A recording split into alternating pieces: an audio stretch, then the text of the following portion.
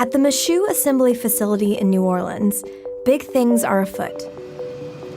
This massive factory floor holds major components for NASA's new rocket, the Space Launch System, or SLS. It's the centerpiece for NASA's Artemis program, a series of missions that will send the first woman to the moon. When the SLS is finished, it's going to be something to behold. Standing taller than the Statue of Liberty, the finished version of the rocket will rival the power of the Saturn V that took humans to the moon during Apollo. SLS is really going to be the backbone for going and exploring deep space. There's no other rocket out there that can do that. But the finished rocket has been years away for years. So between now and June of 2020, we would have to make that a reality. This is 2019. Yes, sir. The project has been plagued with delays and cost overruns. And today, 50 years after the moon landing, it's worth asking whether the U.S. can reclaim its Apollo mojo. Apollo 11, this is Houston at 1 minute. Trajectory and guidance look good, and the stage is good. Over.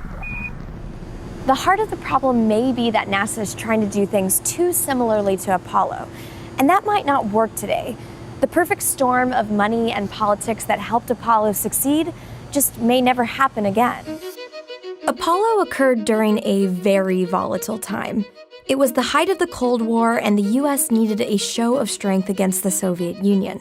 President John F. Kennedy was advised that space could be a great way to prove America's worth on the global stage. So he called on NASA to send a person to the moon by the end of the 1960s. We choose to go to the moon. Congress backed up the proposal with cash, and NASA's annual budget grew to more than 4% of the total federal budget in 1965. Today, NASA is maybe 0.5%. Industry also rose to the challenge. NASA assembled an army of contractors including Boeing, North American Aviation, Douglas Aircraft Company, and IBM. Together, they built the giant Saturn V rocket that eventually took humans to the moon. Kennedy's call to arms paid off. That's one small step for man, one giant leap for mankind. Today, a half-century later, NASA still wants to do big things with big rockets. And to build the SLS, they're playing their greatest hits in hardware and expertise. The Space Launch System has a lot of Saturn V vibes, but some of that is dictated by physics. If you want to launch a lot of stuff off of Earth in one piece, you need a big rocket to break free of our planet's gravity. But the SLS also shares a lot of technology from NASA vehicles of the past. For one, the SLS will be using the same main engines as the Space Shuttle, which flew from 1981 till 2011. We know those engines very well. They've flown so many missions on the shuttle, so there's not a lot of risk in those. And engines, new development of engines can be expensive. So we really traded, risk versus the cost benefit of it. Many of the Saturn V contractors have stayed in NASA's inner circle too. Boeing in particular. They acquired Douglas and North American, and they're now the prime contractor on the SLS. Overall, the Endeavour is a big job creator, responsible for thousands of jobs in Florida, Louisiana, Texas, and more. Michoud itself is deeply embedded in the regional economy. This facility actually was built to support the war effort in World War II, and it developed, and we took it over in the Saturn program in the 60s, and NASA has been here ever since. All in all, the vehicle's development can be found across America. I would struggle to find a state that didn't have a piece. The whole country's involved. But that deep history, all the way back to Apollo, might also be a liability. So human spaceflight programs since Apollo have made up the majority of the NASA budget, and the majority of those programs are performed by aerospace contractors. This is Lori Garver. She was the deputy administrator for NASA under President Obama. Lori says those contracts have been so long-lived that they've locked NASA into certain technologies, mindsets, and dollars. No one wanted to compete, and competition is where you drive down costs and advance innovation. This has been something that, unfortunately, has held back the program. The SLS has cost around $14 billion so far, which seems like a lot until you consider that Apollo cost roughly $264 billion in today's dollars, according to analysis from the Planetary Society. Congress will probably never give NASA an Apollo-era budget again. But NASA is still trying to pull off an Apollo-like program for less, with contractors who don't have a reputation for cost saving. And some policymakers are taking notice. NASA and the contractors have to execute. Failure to do so could have dire consequences for the program, and there will be no one else to blame. The politics of cutting the program entirely are tricky. Lori told us a very revealing story. During her tenure as deputy, she actually tried to cancel NASA's last big plan to return humans to the moon, the Constellation program. The way she tells it, that didn't go over well. The military-industrial complex didn't want to let go of their contracts, and that is a huge force to overcome. Ms. Garver's plan would cede control of the heavens to the Russians and the Chinese probably for most of our lifetime. And we weren't able to overcome it. A combination of the contractors, some of the people within NASA who were really committed to keeping these jobs, sold Congress, and we were given an ultimatum that we had to do a big rocket or we wouldn't get commercial crew and the technology programs and the earth sciences programs that we wanted. So we took the deal. Constellation was ultimately canceled. This is because the old strategy, including the Constellation program, was not fulfilling its promise in many ways. But the contractors and hardware endured, and one of the proposed rockets for Constellation was resurrected as SLS.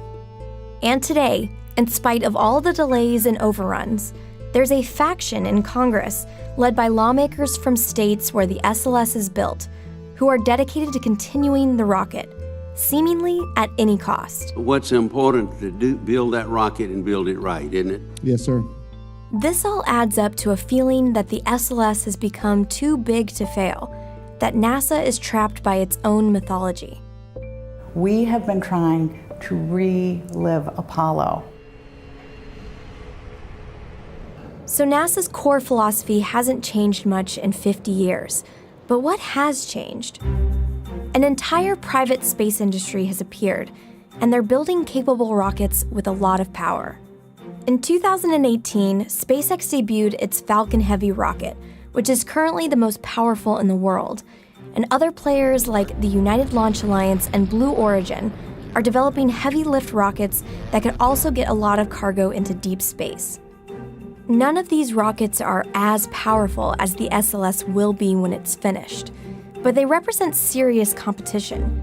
Some critics suggest that these private players could supplant the SLS entirely, getting NASA out of the business of building rockets. Mighty Delta IV Heavy rocket. NASA obviously disagrees that any one rocket needs to beat out the others.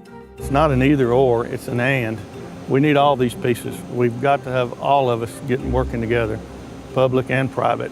I can see in the future where it's kind of like the intercontinental railroads where, you know, they were built, they were funded by the government, but eventually they were self-sustaining and people could travel across the country and move and live elsewhere. That'll happen in the future. Lori agrees that the commercial industry alone won't take us back to the moon. There's just no money in it yet.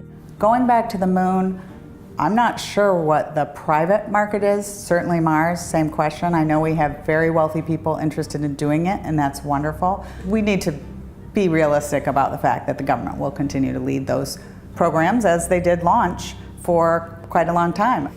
NASA is working with private industry more too. Rather than building their own human lunar lander, they plan to pick a commercial company or two to develop vehicles in their own way. Companies would get a lump sum of money, build the hardware, and would ultimately own the design and tech when they're done. NASA is confident that we will return to the moon in 2024, but maybe what's missing is why we're going back. NASA claims that the moon is a great stepping stone to Mars, as it will help prove out the technology needed to survive on the red planet. They say there's more science to do. There are minerals and water to mine, and eventually, companies could make money there. But again, the urgency of the Cold War just isn't there, and multiple polls show that most Americans don't see the value in going to the moon either. Lori, for one, thinks NASA needs to become essential again, and today that might not mean building rockets or going to deep space at all. My view, we need to win at something right now that NASA is uniquely skilled to do, and that is address climate change. The science is there. We have satellites 24/7, public and private, and recognizing that the things that we could do to fix it, we must do in the next 10 years. NASA, given that mandate, could take that hill. NASA, on the other hand, still sees space as a cause to rally behind. They've come this far with the SLS, and it's still NASA's job to rally. We don't leave any dollars on the moon, right? Every dollar we spend is here in this country, putting this together and going, but it's the learning we get and the benefits for humanity that come out of this. We are on the leading edge, and we can choose as a country to follow, or we can lead the world, and I choose to lead.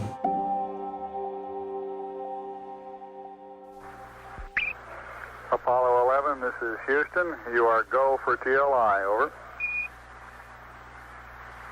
Apollo 11, thank you. Roger out.